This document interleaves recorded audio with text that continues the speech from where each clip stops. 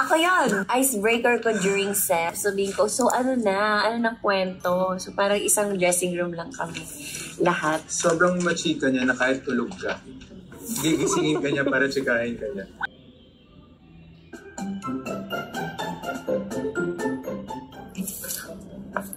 I think ako. Wow, ako.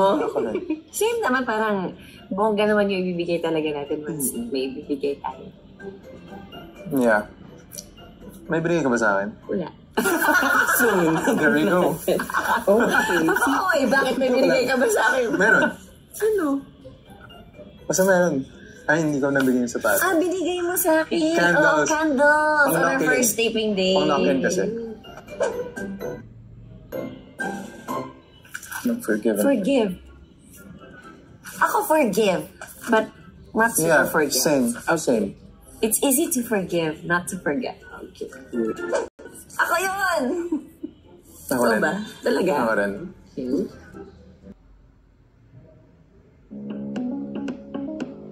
Working with Jake, first time namin magkatrabaho or first time din namin nag-meet dito sa show na to. And so far, ano naman siya, mabait naman siya, funny naman, natatawa naman siya sa akin. So, hindi ako funny? Hindi ka funny, wala kang joke. And he's really easy to work with, tsaka mabilis siyang pakisama. Yeah, pretty much the same. Siyempre, nung pinitch sa akin to, sinabi sa akin na makaka-work ko si Kim. Siyempre, nandun yung pressure, di ba? Kasi Kim Chiu eh. Yeah. But at the same time, she was really humble, si Kim. We went through a couple of workshops para ma-work on yung chemistry. And then yung nasa set na kami, she made it easy rin for me. Nagawin yung mga eksena natin. Ganun siya kagaling. Ano daw sabi? Nino? Mga Nuno?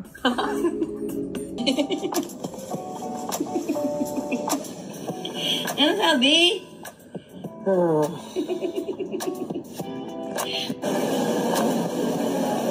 Ano sabi?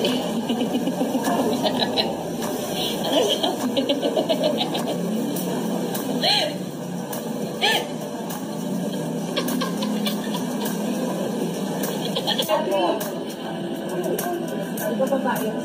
So, ano sabi? Ano sabi? Happy last day!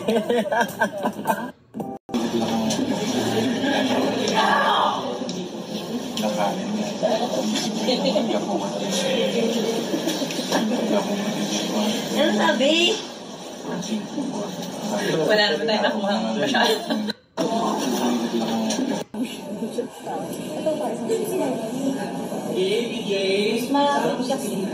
Okay po. Isa lang.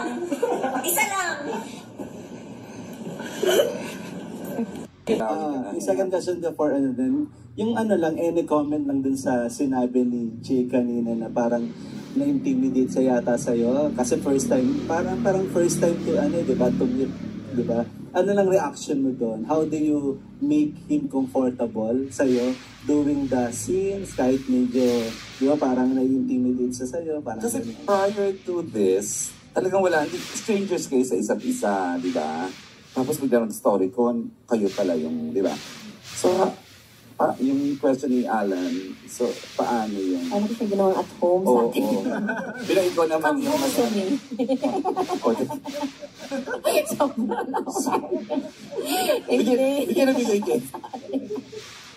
Paano siya naging ganito. Just being yourself. Yeah, biruan lang. Binibiro ko lang talaga siya lagi para natawa naman siya. Tsaka para hindi naman ako nangangagat. Nag-work naman. Oo, yung ganyan. Di ba natawa siya? So parang ganyan.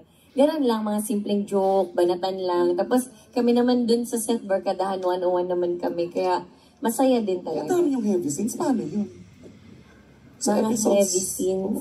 Hindi ka nagtatawanan prior to the scene. Pag alam kong malapit na, Kasi hindi na muna kami mag-uusap. iwas muna. Iwasan muna namin, lalo na si Frenchie. Ay, oo, malala. Malala. Ulit to, so, Nung una, inuulit ka pa, di ba? basahan in. So, tatayin ko lang si Kim para isang photo and then, Kim, your chance kasi tomorrow na. Yes, ayan. Ayan. Oo. And then tuloy natin with kasi ang dami kong gusto na.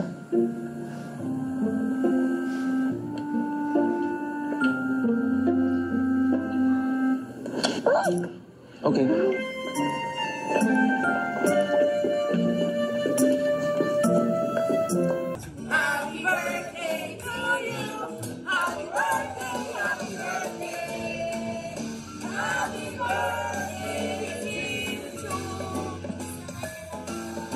Pinadalahan si Kim Chiu ng cake, balloons, at mga bulaklak mula sa kanyang Dreamscape family.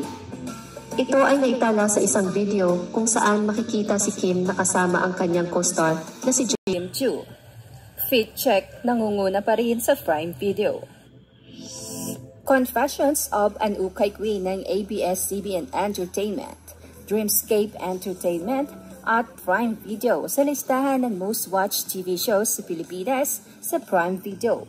Unang team up ni Kim Chiu ang inamin ni Jake na pressured siyang makatrabaho ang kapamilya actress.